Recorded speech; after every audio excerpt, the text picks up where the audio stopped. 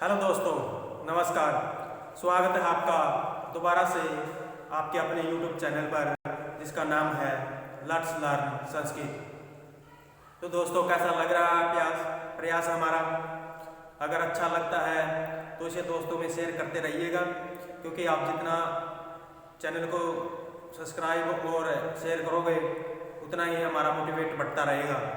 और आप सबको पता है कि हमारी हद संधि हल संधि समाप्त हो चुकी है और हम अब विसर्ग संधि कर रहे हैं और प्ले लिस्ट तैयार कर दी गई है।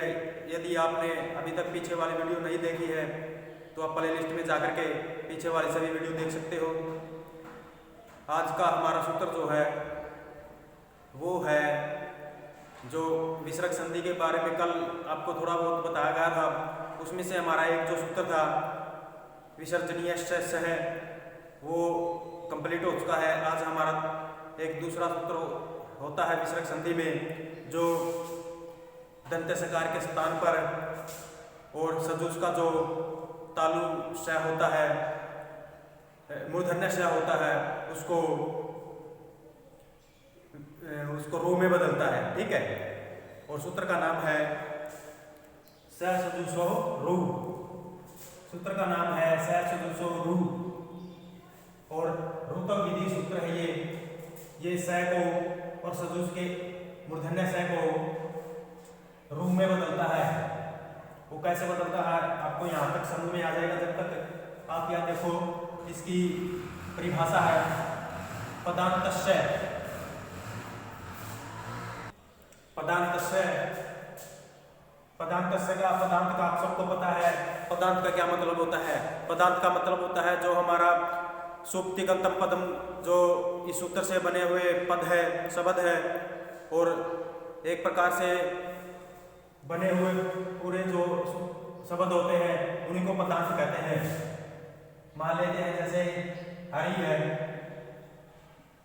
हरीश, ये हमारा सुप प्रत्यय से बना हुआ शब्द है। ठीक है, तो ये एक हमारा पदांत है। ठीक है, इस शब्द के ये यहाँ पर ये इसका पदांत है।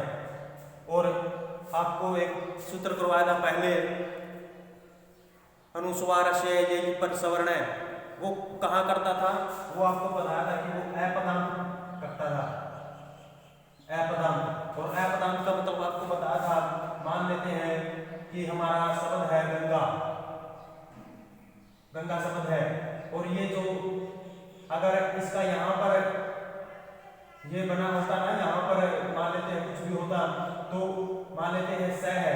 वैसे तो जो स्त्रीलिंग आकारांत शब्द होते हैं वहां पर स का लोप हो जाता है, सुख के स का। तो यहाँ पर जो ये बिंदी है ना अनुस्वार की, यहाँ पर ये बीच में कार्य करता है। कोई भी वो जो सूत्र था हमारा अनुस्वार से, यही परसवर्ण है जो परसवर्ण करता था। ठीक है, तो ये जो यहाँ पर बीच में कार्य करेगा ना, जो बीच में कार्य करता है वहां पर तो हो जाता है अपदांत।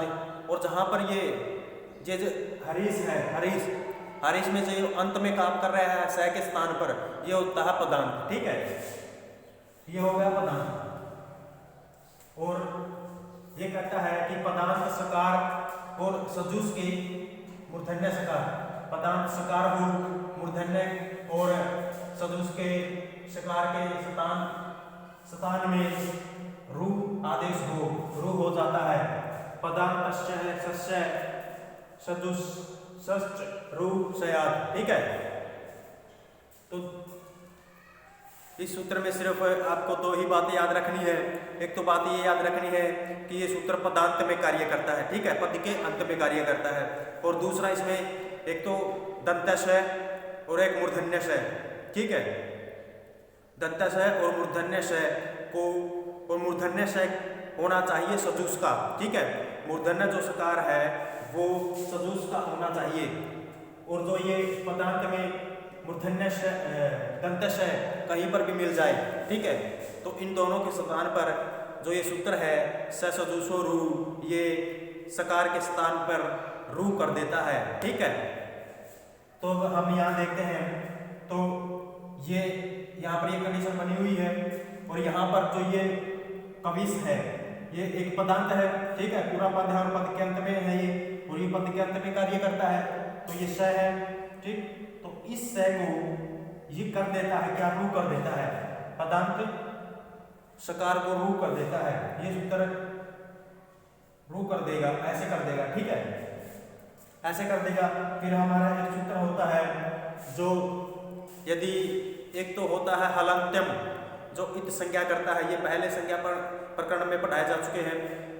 जो हलंत्यम है वो तो व्यंजन की इत संज्ञा करके लोप करता है, व्यंजन यदि अंत में हो किसी शब्द के, ठीक है। तो अब यहाँ पर जो ये ऊ है, रै में जो ऊ है, ये तो स्वर है, और स्वर की इत संज्ञा करता है उपदेशे जनुनासिक इत, उपदेशे जनुनासिक इत, वो इत संज्ञा कर देता है और तस्य लोप से लोप हो जाता है, ठीक है। आपको सिर्फ एक ही बात याद रखनी है कि संस्कृत में यदि व्यंजन है किसी शब्द के अंत में, तो व्यंजन की जो हलंत्यम सूत्र है वो हलंत्यम इत संज्ञा करता है और तस्य लोप से लोप हो जाता है। और अगर स्वर है, जैसे यहाँ पर रै में ऊ स्वर है, तो स्वर की इत संज्ञा करने वाला संस्कृत में सूत्र होता है उपदेशे जनुनासिक इत, ठीक है। और इत संज्ञा हो जाने के बाद तस्य लोप से लोप हो जाता है। तो यहाँ पर इस रै का लोप हो जाए, ऊ का लोप हो जाता है, तो हमारे पास सिर्फ रै बच जाता है। अब कैसे बचता है, जैसे कभी पहले तो रू होगा, ये सूत्र रू कर देगा, और इस तरफ है अयम, ठीक है, अयम है। अब इस रू की उपदेशे जनुनासिक इत से इत संज्ञा होकर तस्य लोप से लोप हो जाता है, और यहाँ पर बच जाता है कभी प्लस रै और अयम, यहाँ पर बच जाएगा अयम,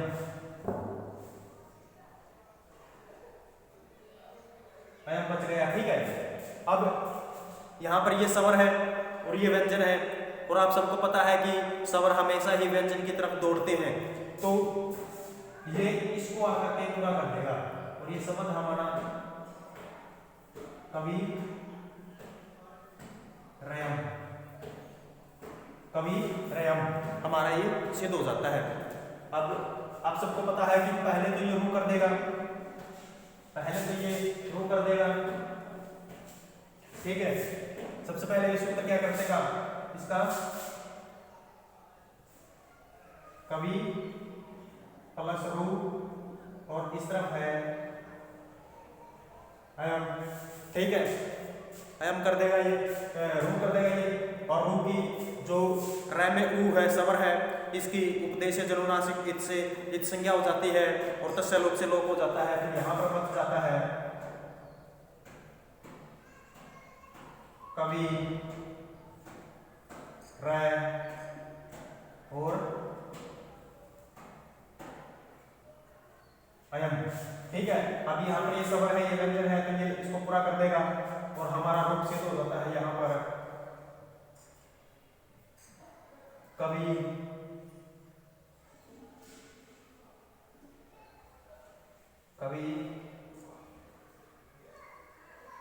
रयम, और हमारा ये रूप सिद्ध हो जाता है कवि रयम। आप सबको सिर्फ एक ही बात याद रखनी है, अगर ये भी याद ना रहे किसी भी पद के अंत में, अब यहाँ पर वैसे देखा जाए तो शब्द होता है कवि शब्द होता है, मूल रूप तो कवि होता है, और कवि के बाद में यदि आपको कवि हो या चाहे कुछ भी हो, जो मूल शब्द होता है, मान लेते हैं हरि है,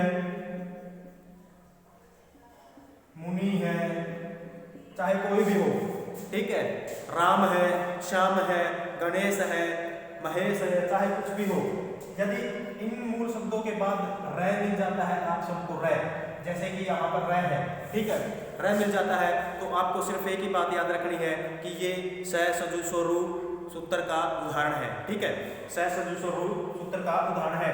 अगर आपको यहाँ समझ में अच्छी तरह से नहीं आया है, अभी इसके उदाहरण करेंगे तो आपको और भी अच्छे से समझ में आ जाएगा, ठीक है। तो सूत्र का नाम है स सजु सो रू, रुतविधि सूत्र है ये। एग्जाम में कैसे पूछेगा, पूछ लेगा कि स सदृश रु सूत्र ये क्या करता है, तो आपको पता होना चाहिए कि ये रुतविधि सूत्र है, ये रु आदेश करने वाला सूत्र है। और उदाहरण दे देगा आपको कोई भी, यहाँ तो एक ही उदाहरण लिखवाएगा, अभी लिखवाएंगे इसके उदाहरण दे देगा। मान लेते हैं यही उदाहरण दे दिया कवि रयम, तो आपको पता होना चाहिए कि मूल शब्द के बाद र है, तो आपको समझ जाना चाहिए कि ये स सदृश रु का उदाहरण है। ठीक है, ये दे देगा उदाहरण और आपसे पूछ लेगा कि ये किस सूत्र का उदाहरण है, तो आपको पता होना चाहिए कि ये स सदृश रु का उदाहरण है। आप इसका एक बार स्क्रीनशॉट ले लो, क्योंकि आप इसके उदाहरण लिखवाएंगे। दोस्तों, ये हमारे इस सूत्र के उदाहरण है स सदृश रु। ठीक है, अब सबसे पहला उदाहरण है कविस प्लस अयम। कविस प्लस अयम, तो आप सबको पता है कि ये पदांत में दंत सकार है, और हमारा जो ये सूत्र है हमें ये कहता है कि पदांत दंत सकार और सदृश के मूर्धन्य सकार को रु हो जाता है। ठीक है, तो अब हम यहाँ पर देखेंगे कि ये पदांत है। ठीक है, तो ये कविस के स को रु करता है। ठीक है, ये क्या करता है, रु कर देता है, और रु करने के बाद आप सबको पता है कि ये सूत्र क्या करता है, रु कर देता है। कवि रु स के स्थान पर करता है, और इस तरफ है अयम। ठीक है, अब इस र में जो ऊ है ये स्वर है, और स्वर की उपदेश से जनुनासिक इत, इस सूत्र से इत संज्ञा होकर के तसल्लुप से लोप हो जाता है। तो यहाँ पर बच जाता है र बच जाता है कवि। अब र आधा बचेगा, बिना स्वर के बचेगा, क्योंकि इसमें स्वर ऊ मिला हुआ था और ऊ का तो लोप हो गया, तो आता है र बच गया। इस तरफ ए है, तो ये इसमें मिलकर इसे पूरा कर देगा, कवि रयम। तो ये हमारा सिद्ध हो जाता है कवि रयम। अब इसी प्रकार ये है, सबसे पहले ये रु करेगा। ठीक है,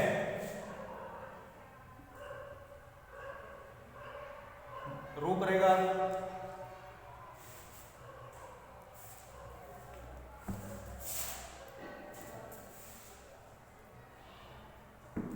ये निस के स को रु करेगा, रु हो गया। इस तरफ है धनम। ठीक है, अब रु हो गया, तो अब इस र में जो ऊ है उसकी उपदेश जनुनासिक इत से संज्ञा हो जाती है और तसल्लुप से लोप हो जाता है, तो र बच जाता है। अब र है, ठीक है, र बच गया, तो र इसके ऊपर चला जाएगा,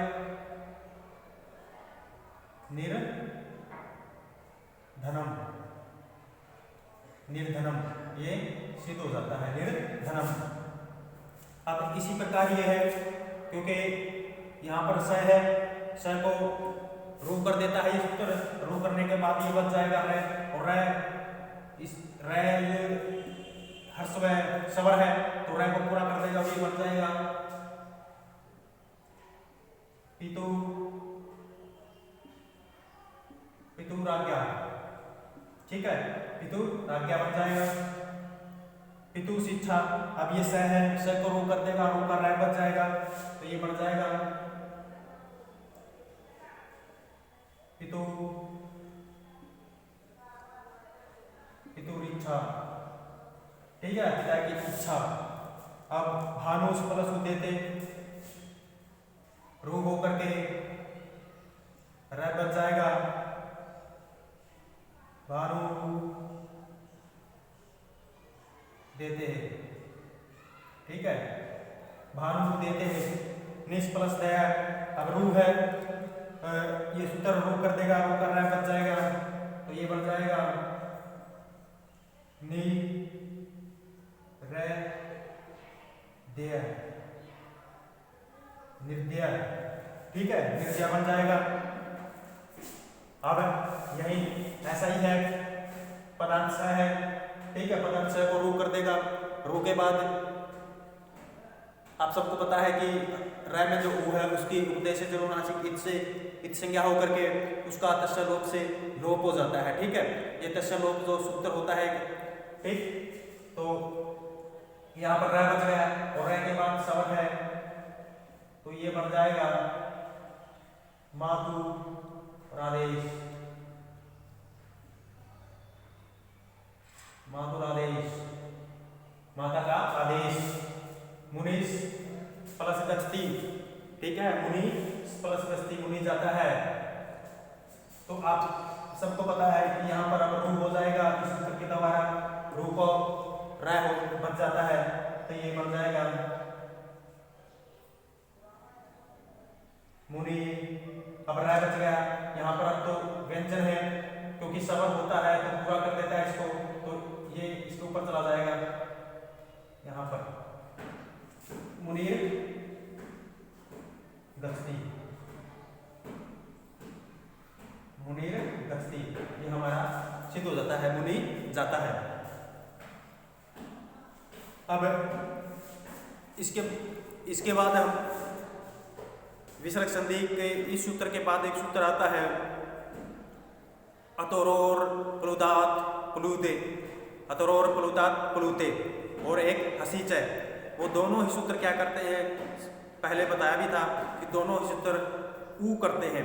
ऊ किसके स्थान पर करते हैं, रै के स्थान पर करते हैं। लेकिन उन सूत्रों की एक कंडीशन होती है, वो कंडीशन क्या है आने वाले कल सूत्र में करवाएंगे। ठीक है, अब तब तक आपको सिर्फ ये उदाहरण है जो एग्जाम में पूछे जाते हैं। ठीक है, आप इसका एक बार स्क्रीनशॉट ले लो, क्योंकि आप यहाँ पर जो करवाया जाता है ना, इससे बाहर कुछ नहीं आता है। ठीक है, ये जितने भी उदाहरण करवाए जाते हैं, सूत्र करवाए जाते हैं, यहाँ पर इनसे बाहर कुछ नहीं आएगा। ठीक, और जितना हो उसके दोस्तों में शेयर करते रहिएगा। कल हम एक सूत्र करेंगे जिसका नाम है अतोरोर प्लुदात प्लुते, उसकी कुछ अलग कंडीशन है और वो रैप को ऊ कैसे बनाएगा ये भी बताएंगे। तो आज का हमारा इतना ही होगा, धन्यवाद। अगर स्क्रीनशॉट नहीं लिया है तो आप दोबारा ले सकते हो।